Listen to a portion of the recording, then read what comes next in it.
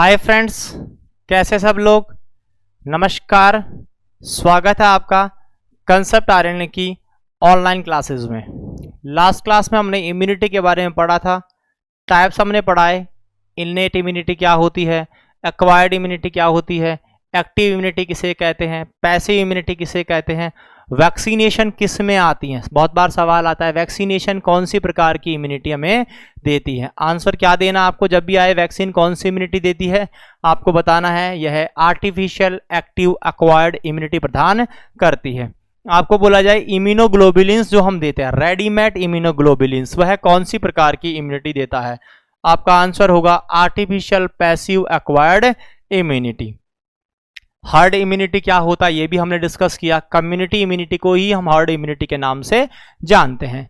वहीं से एक टॉपिक हमारे पास में था कि इम्यूनोग्लोबुलिन्स, बार बार शब्द आ रहा था इम्यूनोग्लोबुलिन्स। मैंने कहा था इसे भी हम नेक्स्ट क्लास में डील करेंगे। आज इसके बारे में भी बात कर लेते हैं। सारे के सारे सवाल इसके भी हम हल कर लेते हैं।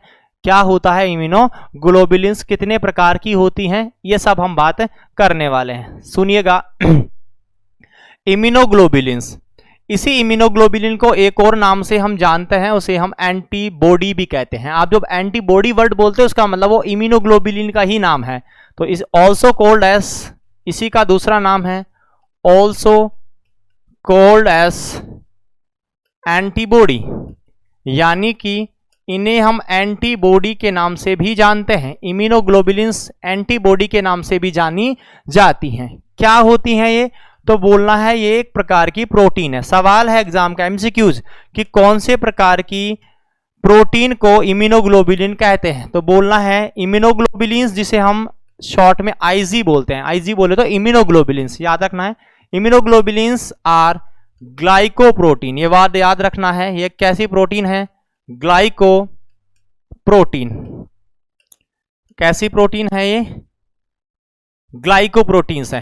क्वेश्चन मिले बताओ आपकी जो एंटीबॉडीज हैं वह कौन सी प्रकार की प्रोटीन होती हैं, तो बताना है ग्लाइकोप्रोटीन।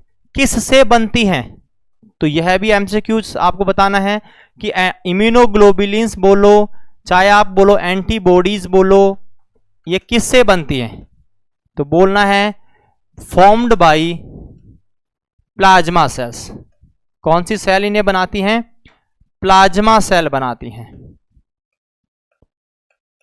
कौन सी सेल बनानी बेटा, प्लाज्मा सेल। जैसे मैंने बताया था कि जो बी प्लाज्मा सेल्स है वह एंटीबॉडी बनाने में के लिए जिम्मेदार है। कभी सवाल मिले बताओ कौन सी सेल बनाती है इम्यूनोग्लोबुलिन को, जवाब होगा प्लाज्मा सेल। तीनों सवाल मैंने आपको बताए, तीनों एमसीक्यूज आपके, तीनों पॉइंट पे क्वेश्चन बन सकता है। आपको बोला जाए इम्यूनोग्लोबुलिन का दूसरा नाम क्या होता है, आपको बोलना है एंटीबॉडी, इसे बोल देते हैं। बोला जाए कि कौन सी प्रोटीन से बनती है, तो बोलना है ग्लाइकोप्रोटीन से बनती हैं। बोला जाए कि यह क्या बनाती है, तो बताना है यह जो है कहां से बनती है, तो बताना है प्लाज्मा सेल से इनका निर्माण हो जाता है। क्लियर है। अब अगर हम बात करें इम्यूनोग्लोबुलिन की टाइप्स के बारे में, तो इनका जो आप नॉर्मल टाइप बॉडी में देखते हैं, तो हमारी बॉडी में जो एंटीबॉडी बनती हैं उनके टाइप्स आपको देखने को मिलेंगे। 5 प्रकार की मेन एंटीबॉडीज आपकी बॉडी में बनती हैं। तो हम बोल सकते हैं इनके टाइप्स के ऊपर कि types of antibodies, types of immunoglobulin बोल दो चाहे एंटीबॉडी बोल दो, कितने प्रकार की होती है बॉडी में, तो आपके पास में नाम निकल कर आएंगे। जैसे आपको बोला जाएगा IgG,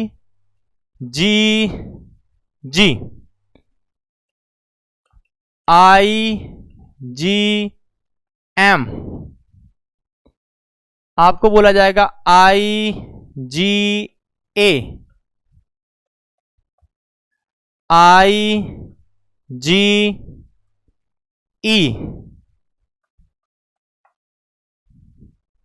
और IgD। यानी कि ये सारी जो हैं वह आपकी इम्यूनोग्लोबुलिन्स होती हैं जो हमें मिलती हैं हमारी बॉडी के अंदर। अगर इनके नाम की बात करें, जी बोलते हैं गामा को, एम का मतलब है म्यू, ए का मतलब है अल्फा, ई का मतलब एप्सिलॉन और डी का मतलब है डेल्टा। तो हमारी बॉडी में मेनली 5 प्रकार की इम्यूनोग्लोबुलिन्स हमें देखने को मिलती है, एग्जामिनेशन पॉइंट ऑफ व्यू से भी महत्वपूर्ण है। बोले तो immunoglobulin IgG, IgM, IgA, IgE और आईजीडी, ये सारी इम्यूनोग्लोबुलिन्स हमें देखने को मिलती हैं। अब बात करें इनके बारे में भी, एक एक की बात हम करने वाले हैं। सबसे पहले मैं बात करूं आईजीजी के बारे में। पहला आईजीजी, अब आपको कुछ निमोनिक से याद रखना है। यहां रखना है जी बराबर ग्रेट, याद करने के तरीके बता रहा हूं। जी बराबर ग्रेट, ग्रेट वह होता है जो ज्यादा होता है। याद रखना है बॉडी में सबसे ज्यादा मात्रा में कौन सी इम्यूनोग्लोबुलिन पाई जाती है, आंसर होगा आईजीजी, जी यानी ग्रेट। तो याद रखना है found in highest amount, found in highest amount, ज्यादा मात्रा में पाई जाती है। इसे एक वर्ड में भी बोलते हैं, इसे बोलते हैं high abundant, high abundant. Abundant का मतलब होता है पाया जाना, ज्यादा मात्रा में पाई जाती है, हाईएस्ट अबंडेंट होती हैं या ज्यादा मात्रा में बॉडी में पाई जाती हैं। सबसे ज्यादा मात्रा में कौन सी इम्यूनोग्लोबुलिन है, आंसर क्या देना है बेटा आपको, आईजीजी। नेक्स्ट सुनिएगा, अगर मैं बात करूं आईजीजी के बारे में, पहला पॉइंट एमसीक्यू है, ये सबसे ज्यादा मात्रा में कौन सी होती है आपको बताना है। दूसरा, जो आईजीजी होती है इसका मोलिकुलर साइज छोटा होता है, तो बताना है स्मॉल मोलिकुलर साइज, साइज में छोटी होती है, small molecular size, molecular size में ये छोटी होती है, इस वजह से ही यह प्लेसेंटा क्रॉस करती है। तो दूसरा सवाल, can cross placenta, cross placenta. अगर आपको एग्जामिनर ने सवाल पुट किया कि which immunoglobulin cross the placenta, answer क्या देंगे बेटा, आईजीजी। दोनों क्वेश्चंस याद ध्यान रखें, ज्यादा मात्रा में कौन सा होता है, आईजीजी। कौन सा प्लेसेंटा क्रॉस करता है तो भी बोलना है कौन सा करता है आपका, आईजीजी करता है। क्लियर हुआ, दोनों पॉइंट्स क्लियर हैं।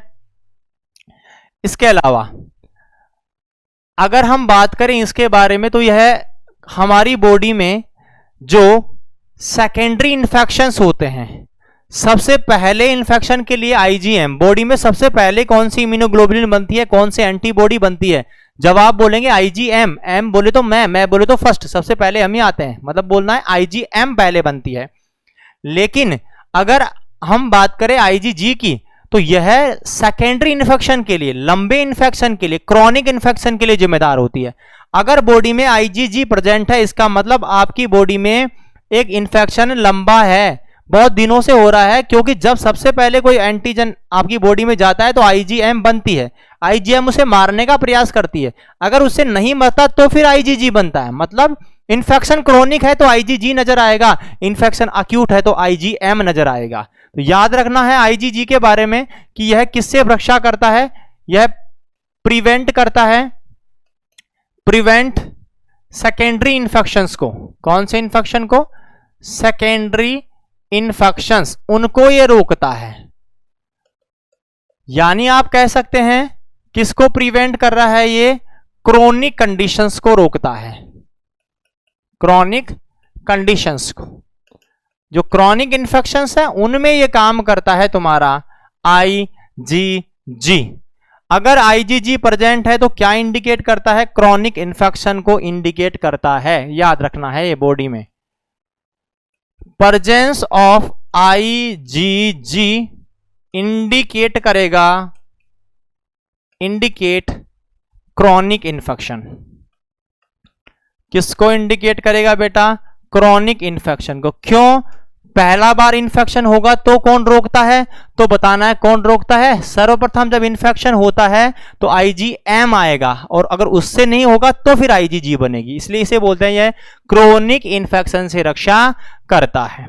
इसका एग्जाम्पल देखिएगा, जो हमारी बॉडी में RH इनकम्पिटेबिलिटी होती है, RH एंटीबॉडीज बनती है, वो किसका प्रकार है तुम्हारा, इसी का प्रकार होती है। तो याद रखना है RH एंटीबॉडी, जो बॉडी में RH एंटीबॉडीज बनती हैं वह किस प्रकार की एंटीबॉडी का टाइप है, आंसर होगा आपकी IgG का टाइप। इस पे भी एक सवाल आता है RH एंटीबॉडी के ऊपर, आपने सुना होगा। RH एंटीबॉडी जो है उसे एक इंजेक्शन के रूप में जानते हैं, रोगाम बोलते हैं, रोगाम। देखा होगा रोगाम के बारे में, सुना होगा। अगर RH इनकम्पेटिबिलिटी की समस्या है तो कौन सा इंजेक्शन लगाते हैं, रोगाम लगाते हैं। कब लगाते हैं, तो सवाल आता है पहला, विथ इन 72 घंटे में, with in 72 hour of delivery. कब लगाना है इसे, with in 72 hour of delivery. Delivery के कितने घंटे बाद लगाते हैं, MCQ है ये, रोगाम को। तो जवाब होगा 72 घंटे। कितने घंटों में लगाना चाहिए, 72 घंटों में लगाना चाहिए। दूसरा, रोगाम की डोज कितनी होती है, इस पर भी सवाल आ गया है। तो 1500 इंटरनेशनल यूनिट बोल दो या 300 माइक्रोग्राम बोल दो, ये इसकी डोज होती है। 1500 इंटरनेशनल यूनिट या 300 माइक्रोग्राम। कब लगाना है, 72 घंटे के अंदर अंदर लगाना होता है डिलीवरी के। दोनों MCQ है एग्जाम के। और RH एंटीबॉडी जो है वो किसका टाइप होती है, तो बताना है यह एंटीबॉडी IgG का टाइप है। ये सारे पॉइंट्स IgG के बारे में थे। पहला IgG बताया, G बोले तो ग्रेट, ज्यादा मात्रा में होता है, स्मॉल मोलिकुलर साइज है। ये सवाल याद रखें। कौन सा इम्यूनोग्लोबुलिन प्लेसेंटा क्रॉस करता है, तुम्हें पता है कौन सा करता है, IgG। कब करता है, तो 12 वीक के आसपास प्लेसेंटा क्रॉस करता है। प्लेसेंटा से 12 वीक के आसपास यह कहां पहुंच जाता है, बच्चे में पहुंचने की संभावनाएं रहती हैं। कब, 12 वीक के आसपास, क्योंकि प्लेसेंटा का फॉर्मेशन इसके आसपास हो जाता है। तो याद रखना है कि प्लेसेंटा से जो IgG हमें मिल रहा है, हमने इम्यूनिटी में भी पढ़ा है, यह भी पैसिव इम्यूनिटी देता है हमें। तो यह IgG के बारे में था। इसके अलावा क्रोनिक कंडीशन से रक्षा करता है, यह इंडिकेट करता है क्रोनिक इन्फेक्शन को। RH एंटीबॉडी किसका एग्जाम्पल है, तो भी बताना है यह IgG का एग्जाम्पल होता है। जो जिसके लिए हम इंजेक्शन लगा रहे हैं उसका नाम मैंने बताया, रोगाम। कब लगाना है, 72 घंटे में। डोज कितनी होती है, 1500 इंटरनेशनल यूनिट और 300 माइक्रोग्राम होती है। यह पहली हुई खत्म आपकी IgG। दूसरी बात करते हैं IgM। दूसरी है IgM। देखिएगा IgM जो है यह क्या करती है, इसका मोलिकुलर साइज बड़ा होता है, लार्ज मोलिकुलर साइज है, लार्ज मोलिकुलर साइज होता है, इसीलिए प्लेसेंटा क्रॉस नहीं करती है, नॉट क्रॉस प्लेसेंटा, प्लेसेंटा को क्रॉस नहीं करती है। यह क्या इंडिकेट करती है, यह इंडिकेट करेगी बेटा अक्यूट इन्फेक्शन को। मैंने बताया जब बॉडी में सर्वप्रथम इन्फेक्शन होता है तो सबसे पहले कौन सी एंटीबॉडी बनती है, बताना IgM। याद रखना फर्स्ट एंटीबॉडी कौन सी होती है, यही होती है first antibody after infection. Infection होने के बाद में जो पहली एंटीबॉडी बनती है कौन सी होगी, IgM। सबसे पहले IgM ही बनता है, बोले तो मैं, IgM, M से याद रखना मैं। सबसे पहले कौन सी एंटीबॉडी बनती है, IgM। इसीलिए ये किसको इंडिकेट करता है, अक्यूट इन्फेक्शन को। अगर G हो रही है, M से कंट्रोल नहीं हुआ तो फिर G जाएगी। क्लियर है। इसके अलावा IgM जो होता है आपका, इस पर कुछ क्वेश्चंस आपको ध्यान रखना है। जैसे पहला MCQ आपको बता रहा हूं, इसे पेंटामेरिक स्ट्रक्चर के नाम से जानते हैं। पेंटामेरिक स्ट्रक्चर कौन सी इम्यूनोग्लोबुलिन है जिसमें 5 मॉलिक्यूल होते हैं? Pentameric structure. तो याद रखना है पेंटामेरिक स्ट्रक्चर किसकी होती है? IgM की। इसी को बोलते हैं मिलीनियर मॉलिक्यूल। नेक्स्ट है मिलीनियर मॉलिक्यूल। कौन सी इम्यूनोग्लोबुलिन को मिलीनियर मॉलिक्यूल के नाम से जाना जाता है? दोनों सवाल एग्जाम के MCQ हैं। याद रखना IgM को ही बोलते हैं पेंटामेरिक स्ट्रक्चर, IgM को ही बोलते हैं मिलीनियर मॉलिक्यूल। क्यों बोलेंगे? क्योंकि इसकी साइज बड़ी होती है, ज्यादा मॉलिक्यूल पाए जाते हैं। इसके एग्जाम्पल भी देखिएगा। ABO एंटीबॉडीज, जो बॉडी में ABO एंटीबॉडी का प्रोसेस है, ABO ब्लड ग्रुप में जो एंटीबॉडीज बनती हैं वो किसके एग्जाम्पल होते हैं? IgM के। और RH एंटीबॉडी जो बनता है वो किसका एग्जाम्पल होता है बेटा? तो आपको बता के रखना है वह कौन सा होता है आपका? IgG के बारे में। तो IgM के बारे में भी हमने कुछ बातें कही। लार्ज मोलिकुलर साइज है तो बोले तो प्लेसेंटा क्रॉस नहीं करेगा। किसको इंडिकेट करता है? अक्यूट इन्फेक्शन को। इन्फेक्शन के बाद पहली कौन सी एंटीबॉडी बनेगी? जवाब क्या होगा? IgM बनने वाली है।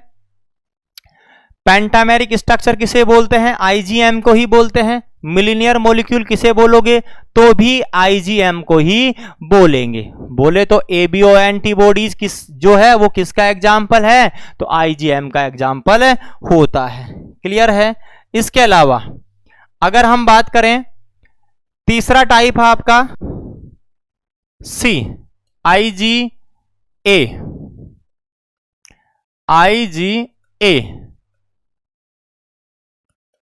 IgA जो होता है, इस पर एक ही सवाल बहुत बार रिपीट होता है, याद रखना है।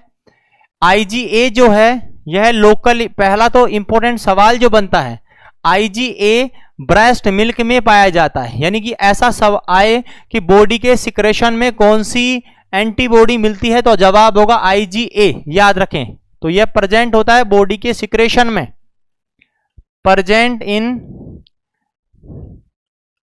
सिक्रेशंस ऑफ बॉडी, बॉडी के सिक्रेशन में मिलता है। और इसका सबसे ज्यादा एग्जाम्पल जैसे आप ले सकते हैं सलाइवा। सलाइवा में कौन सी इम्यूनोग्लोबिन मिलती है? IgA मिलेगी। दूसरा आप ले सकते हैं आपका ब्रेस्ट मिल्क। ये बहुत बार रिपीट होता है क्वेश्चन कि ब्रेस्ट मिल्क में कौन सी इम्यूनोग्लोबुलिन पाई जाती है? याद रखना है IgA पाई जाती है ब्रेस्ट मिल्क में। ये MCQ है बेटा। IgA मिलती है ब्रेस्ट मिल्क में, तो IgG प्लेसेंटा से आती है और IG जो A है वो कहां मिलती है? ब्रेस्ट मिल्क में। और ब्रेस्ट मिल्क में सबसे ज्यादा कहां होती है? कोलेस्ट्रम में। कोलेस्ट्रम पहले 3 दिन का जो गाढ़ा दूध होता है मां का, उसे हम क्या बोलते हैं? कोलेस्ट्रम। इसमें हाईएस्ट अमाउंट में होती है तुम्हारी, इसमें क्या मिलेगी आपको? IgA। कोलेस्ट्रम में IgA होती है आपकी। कोलेस्ट्रम बोले तो फर्स्ट 3 डेज मिल्क, जो पहले 3 दिन का पीला कलर का गाढ़ा दूध होता है वह कोलेस्ट्रम कहलाता है। फर्स्ट 3 डे मिल्क या फर्स्ट 3 डे ब्रेस्ट मिल्क बोलना है, डिलीवरी के बाद का। फर्स्ट 3 डे ब्रेस्ट मिल्क, जो पहले 3 दिन डिलीवरी के बाद में जो दूध आता है मां के ब्रेस्ट से, वह कोलेस्ट्रम कहलाता है। और उसमें सबसे ज्यादा कौन सी होती है? IgA ही पाई जाती है। तो याद रखना है बॉडी के सिक्रेशन में कौन सा मिलता है? IgA। और याद रखना है ब्रेस्ट मिल्क का एग्जाम्पल, इसी में IgA पाई जाती है। क्लियर है? कौन सी इम्यूनिटी प्रदान करती है? तो ये लोकल इम्यूनिटी प्रदान करता है IgA। इसके बाद IgE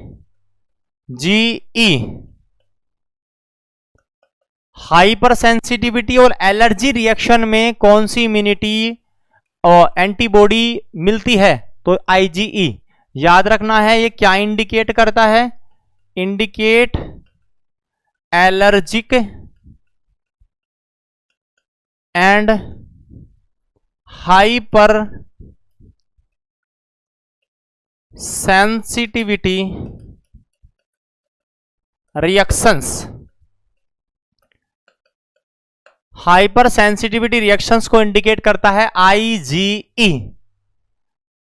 इसके बाद लास्ट आता है आपका IgD, याद रखें D फॉर डर्मेटाइटिस, तो यह स्किन इन्फेक्शन में नजर आता है, इंडिकेट स्किन इन्फेक्शंस।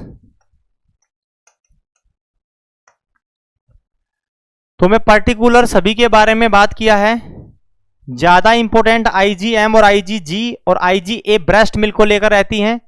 सवाल सब पे आए हुए हैं, IgG चाहे IgA चाहे IgD और चाहे IgE।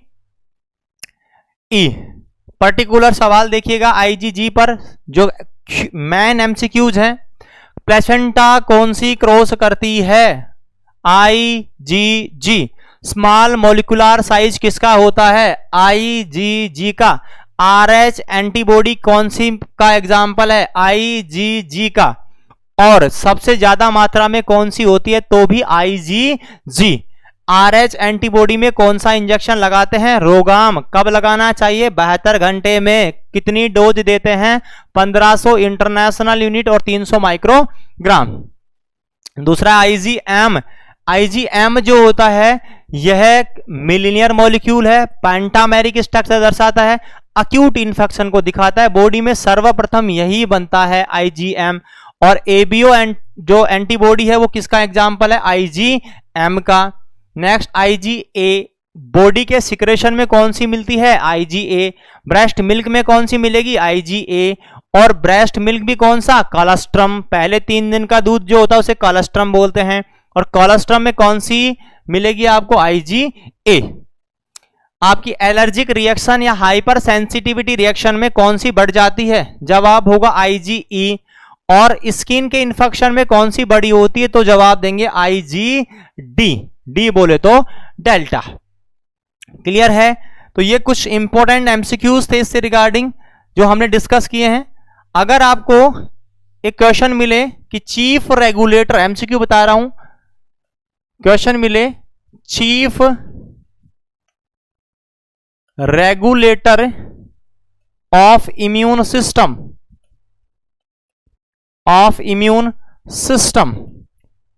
इम्यून सिस्टम का चीफ रेगुलेटर किसे कहा जाता है? तो आपको याद रखना है CD4 सेल को बोलते हैं। आंसर बोलना है आपको CD4 सेल। क्या बताना है बेटा? CD4 सेल्स, जिसे हम T हेल्पर सेल भी बोलते हैं। T हेल्पर सेल के नाम से भी जानते हैं। टी हेल्पर सेल्स या CD4 सेल्स जो हैं यह chief regulator of immune system कहलाता है। HIV एड्स में इन्हीं का लेवल घट जाता है। क्लियर है? एड्स अगर आप देखोगे तो इनका लेवल क्या रहता है? कम, डिक्रीज हो जाती हैं आपकी CD4 सेल्स। क्लियर है? तो ये जो CD4 सेल्स हैं वो चीफ रेगुलेटर के नाम से जानी जाती हैं, जो हमारे इम्यून सिस्टम को मेंटेन करने में भूमिका निभाती हैं। क्लियर है? इसके अलावा हम बात करते हैं, यह तो मैंने टाइप्स आपको कौन से बताए बेटा? जो टाइप्स हमारी बॉडी में होते हैं। अब हम बात करते हैं इनकी प्रिपरेशन के बारे में।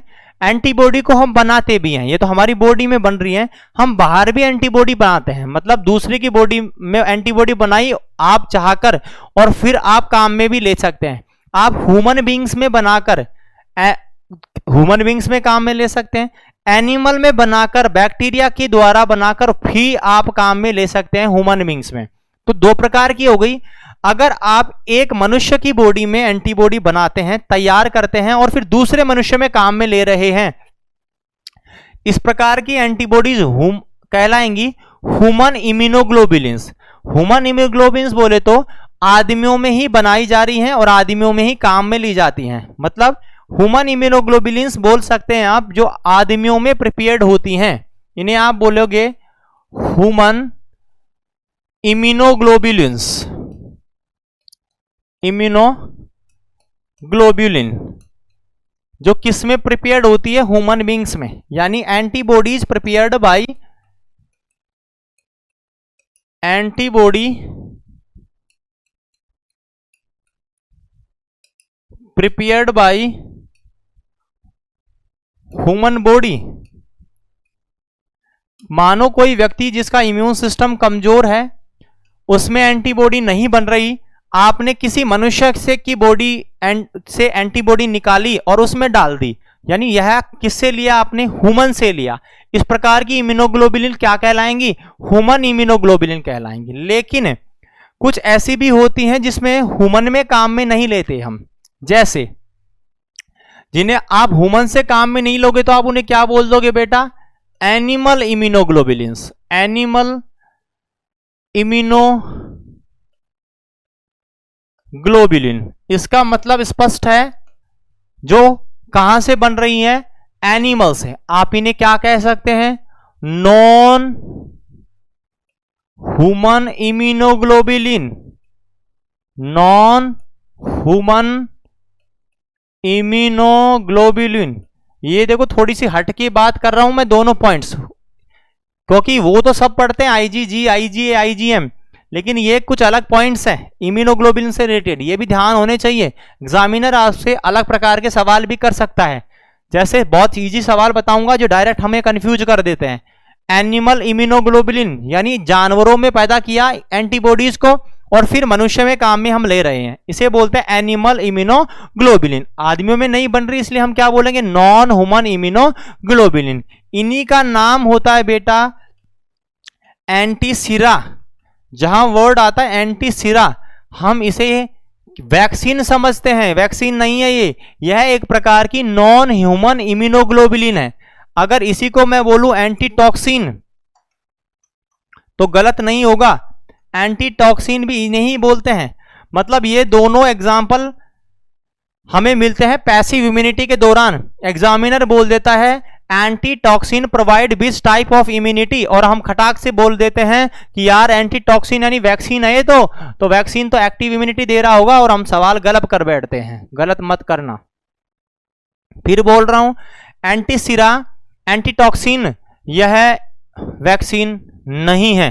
क्या है ये, इम्यूनोग्लोबुलिन है, रेडीमेड इम्यूनोग्लोबुलिन, और वो भी किस प्रकार की है, नॉन ह्यूमन इम्यूनोग्लोबुलिन, मतलब जो कि मनुष्य से नहीं बन रही हैं, एनिमल से प्रिपेयर्ड हो रही हैं, इसलिए एनिमल इम्यूनोग्लोबुलिन के नाम से भी जानते हैं। तो हम आर्टिफिशियली जो बनाते हैं एंड इम्यूनोग्लोबुलिन या एंटीबॉडीज, उन्हें बेटा हम दो प्रकार से डिवाइड कर रहे हैं। एक तो वह प्रकार है जिसमें हमारी इम्यूनोग्लोबुलिन्स जो होती हैं वह मनुष्य में ही बनाई जाती हैं और मनुष्य में ही लगाई दी जाती हैं, मतलब एडमिनिस्टर कर दिया जाता है। इस प्रकार की इम्यूनोग्लोबुलिन्स को हम क्या बोल देते हैं, ह्यूमन इम्यूनोग्लोबुलिन्स कह देते हैं। दूसरी प्रकार की इम्यूनोग्लोबुलिन्स होती हैं जो जानवरों में पैदा करी जाती हैं और फिर ह्यूमन बींग्स में लगाई जाती हैं, तो हम इन्हें क्या बोल देते हैं, नॉन ह्यूमन इम्यूनोग्लोबुलिन्स, या इन्हीं का नाम होता है एनिमल इम्यूनोग्लोबुलिन्स। क्या बोलेंगे, एनिमल इम्यूनोग्लोबुलिन्स। क्लियर है, तो ह्यूमन हो गया और नॉन ह्यूमन आ गया।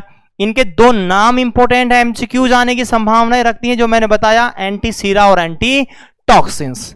अब हम इनके कुछ एग्जाम्पल्स की भी बात करने वाले हैं कि कौन कौन से एग्जाम्पल ऐसे हैं जो ह्यूमन इम्यूनोग्लोबुलिन में आते हैं और कौन से ऐसे हैं जो कि नॉन ह्यूमन इम्यूनोग्लोबुलिन्स में आते हैं। तो आइए उनके बारे में भी हम बात करते हैं। ह्यूमन इम्यूनोग्लोबुलिन्स की बात हम करते हैं जो कि मनुष्य से प्रिपेयर्ड हैं। देखिएगा लिखा है ह्यूमन इम्यूनोग्लोबुलिन्स, वे इम्यूनोग्लोबुलिन्स जो मनुष्य की बॉडी में ही बने हैं और मनुष्य के लिए ही काम आ रही हैं, ह्यूमन इम्यूनोग्लोबुलिन के नाम से कहलाएंगी। देखिएगा इनके बारे में, पहला है स्पेसिफिक ह्यूमन इम्यूनोग्लोबुलिन्स, यानी स्पेसिफिक का मतलब है पर्टिकुलर काम आ रही है, स्पेसिफिक है। तो इनकी एक ट्रिक मैंने बनाई तुम्हारे लिए, HVD। क्या बताया, HVD।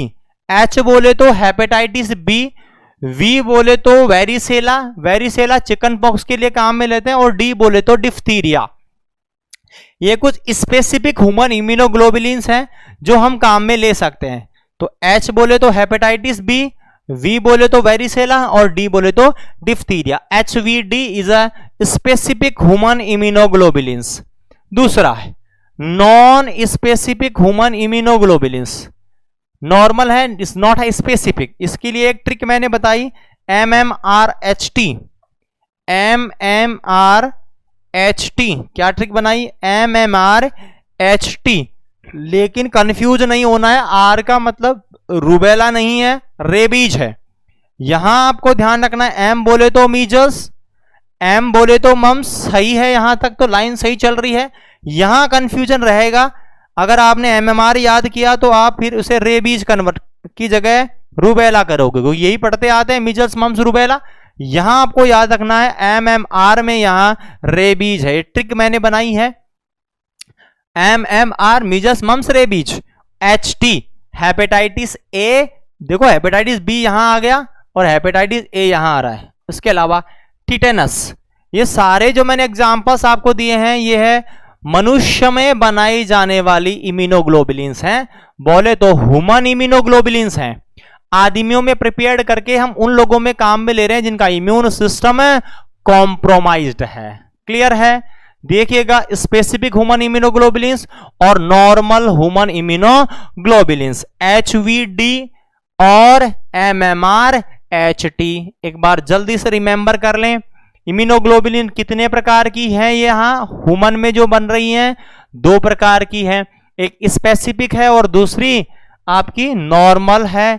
स्पेसिफिक वाली में कितने एग्जाम्पल बताए, 3 एग्जाम्पल।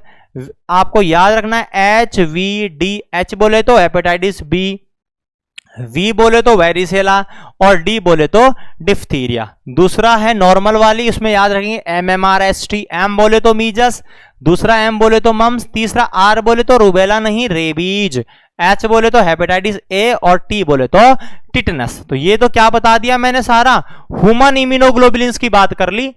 अब एक और पार्ट बच गया, वो कौन सा पार्ट था, वह पार्ट था एनिमल इम्यूनोग्लोबुलिन्स या नॉन ह्यूमन इम्यूनोग्लोबुलिन्स। चलो उनके भी एग्जांपल देख लेते हैं। देखिएगा, नॉन ह्यूमन इम्यूनोग्लोबुलिन्स या एंटीसिरा, नॉन ह्यूमन इम्यूनोग्लोबुलिन्स या एंटीसिरा, इन्हीं को बोल रहे हैं एंटीसिरा या इन्हीं को बोलते हो एंटीटॉक्सिन। एक ही बात है, यह वर्ड ही तो कंफ्यूज करते हैं, एंटीटॉक्सिन। यहां 2 प्रकार की हैं, एक वायरल है और एक बैक्टीरियल है। वायरल में RB, ट्रिक मैंने बनाई R और B। R बोले तो रेबीज और B बोले तो बोटुलिज्म, बोटुलिज्म। और बैक्टीरियल की बात करें तो यहां है DTG, D बोले तो डिफ्थीरिया, T बोले तो टिटेनस और G बोले तो गैस गैंग्रीन। मतलब ये जो बीमारियां हैं, इनकी इम्यूनोग्लोबुलिन्स हम मनुष्य में ही नहीं, जानवरों में भी बनाकर काम में ले सकते हैं। जिस प्रकार की जो वैक्सीन बन के आएंगी, मतलब जो एंटीबॉडी बनकर हमारे पास आएंगी, रेडीमेड एंटीबॉडीज बोलो आप उन्हें, इन रेडीमेड एंटीबॉडीज को हम क्या बोलेंगे, एंटीटॉक्सिन और एंटीसिरा। यहां 2 वर्ड आया, बोटुलिज्म और गैस गैंग्रीन। याद रखना है, जो बोटुलिज्म होता है इसका कोजेटिव ऑर्गेनिज्म, इसका जो खोज होता है उसका नाम है clostridium botulism, clostridium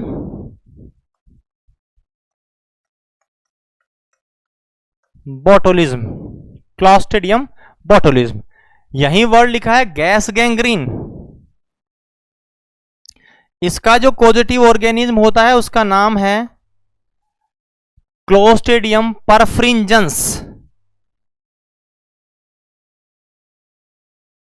clostridium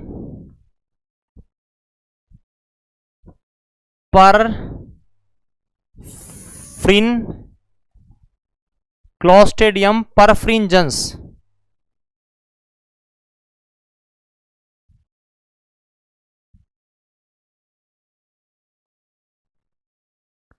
clostridium perfringens, clostridium short में लिख रहा हूं, क्लोस्ट्रीडियम परफ्रिंजेंस, परफ्रिंजेंस,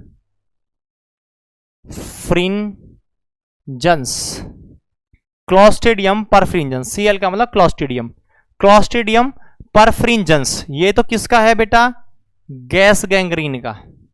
और बोटुलिज्म जो है इसका है क्लॉस्ट्रिडियम बोटुलिज्म, ये कॉजेटिव ऑर्गेनिज्म है इनके। इसमें तो होता है मायोनेक्रोसिस, गैस गैंग्रीन में मसल्स का नेक्रोसिस, मायोनेक्रोसिस। और बोटुलिज्म जो है यह एक प्रकार की टॉक्सिक वैक्सीन होती है, शहद में भी नजर आता है ये क्लॉस्ट्रिडियम बोटुलिज्म। आपने सुना होगा फूड पॉइजनिंग का नाम सुना होगा, फूड पॉइजनिंग करने के लिए भी जिम्मेदार होता है यह क्लॉस्ट्रिडियम बोटुलिन। और उससे एक वैक्सीन निकलती है बोटुलिन नाम की, जो टॉक्सिन निकलता है उसका नाम है बोटुलिन टॉक्सिन।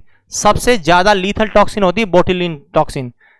आप पढ़ोगे टिटनस, जब पढ़ाएंगे तो टिटनस में निकलता है टिटेनोस्पाज्मिन और बोटुलिन से निकलता है बोटुलिन नाम की टॉक्सिन्स। ये दोनों बहुत ज्यादा टॉक्सिक टॉक्सिन्स होती हैं।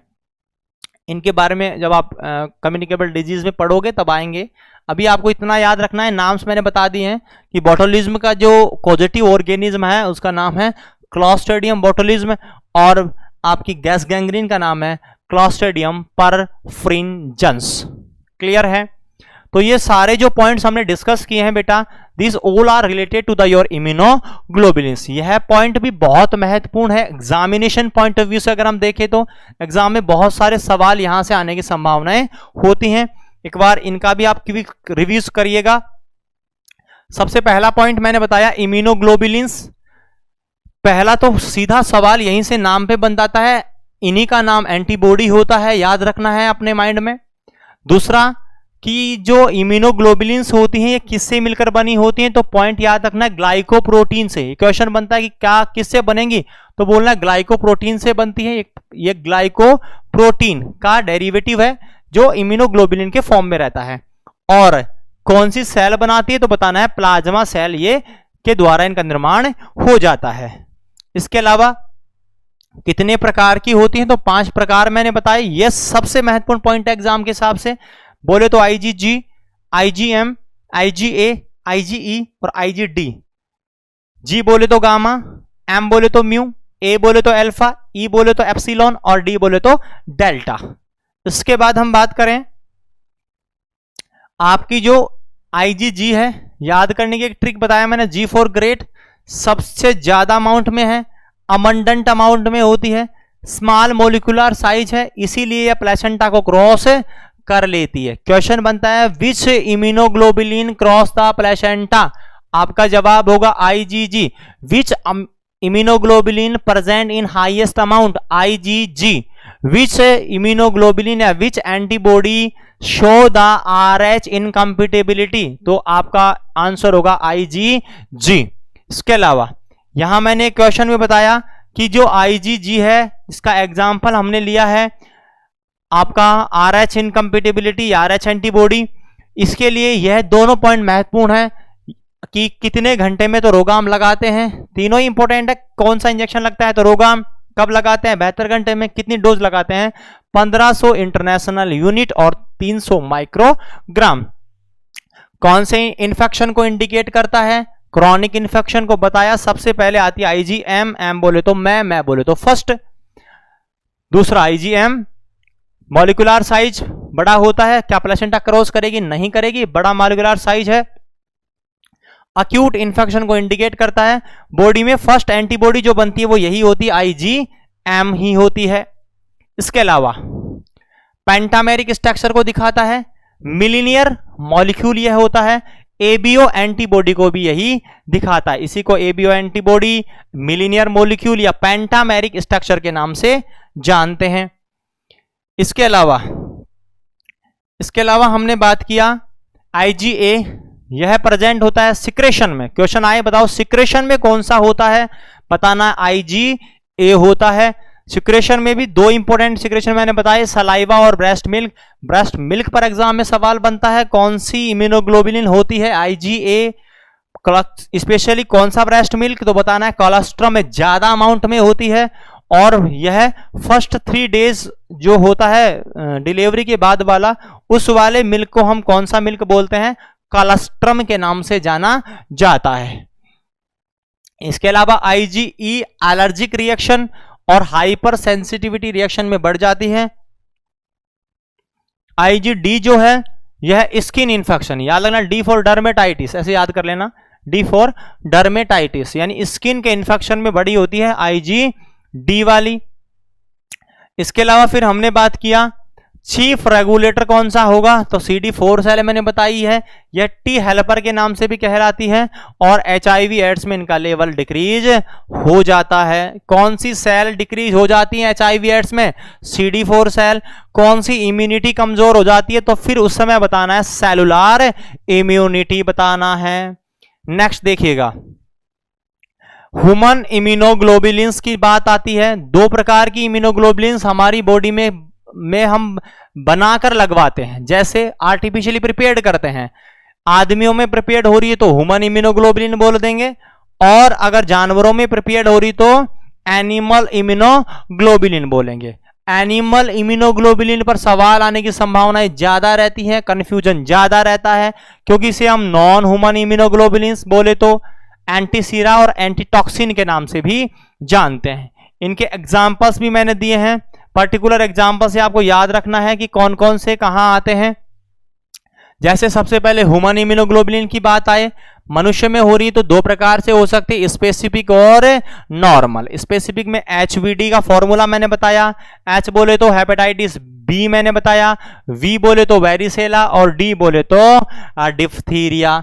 इसके अलावा दूसरा जो है स्पेसिफिक ह्यूमन इम्यूनोग्लोबुलिन्स है, ये पहला है स्पेसिफिक ह्यूमन इम्यूनोग्लोबुलिन्स और दूसरा है नॉर्मल ह्यूमन इम्यूनोग्लोबुलिन। इसमें आती MMRHT, M बोले तो मीजल्स, M बोले तो मम्स, MMR, R बोले तो रेबीज, H बोले तो हेपेटाइटिस A और T बोले तो टिटेनस। ये तो हो गई ह्यूमन वाली। और फाइनल और लास्ट आपकी है नॉन ह्यूमन इम्यूनोग्लोबुलिन्स, जिन्हें हम एंटीटॉक्सिन एंटीसीरा बोल रहे हैं। और इसमें क्या क्या होता है बेटा, एंटीसीरा और एंटीटॉक्सिन में एक वायरल है और एक बैक्टीरियल वाली होती है। वायरल वाली में दो होते हैं, एक है रेबीज और दूसरा है बोटुलिज्म। सवाल यहां से भी बन सकता है कि बताओ बोटुलिज्म का कॉजेटिव ऑर्गेनिज्म क्या है, तो बताना है क्लॉस्ट्रिडियम बोटुलिज्म। और गैस गैंग्रीन का क्या है, तो क्लॉस्ट्रिडियम परफरिंजेंस। तो इसमें दो होते हैं, रेबीज और बोटुलिज्म, और इसमें होते हैं तीन, डिफ्थीरिया, टिटनस और बोटुलिज्म। इसी के साथ आपकी इम्यूनोग्लोबुलिन्स का जो पॉइंट्स था, जो टॉपिक था, यह भी खत्म होता है। अब हम बात करेंगे, नेक्स्ट क्लास जब हम पढ़ेंगे तो हम वे टॉपिक्स इंक्लूड करेंगे। अभी जो आपके जो CHO की एग्जाम्स है उसमें आने वाली की संभावना ज़्यादा उसमें रहती है, उन पॉइंट्सों को हम डिस्कस करते हुए चलेंगे। और नेक्स्ट क्लास में हम जो आपका बायोमेडिकल वेस्ट तो हमने पढ़ लिया, डिजास्टर मैनेजमेंट की बात करेंगे। डिजास्टर मैनेजमेंट और उसके रिगार्डिंग जो आपके सिलेबस है, उस सिलेबस में जो भी पॉइंट्स उसमें हैं उनको सबको हम डील करेंगे।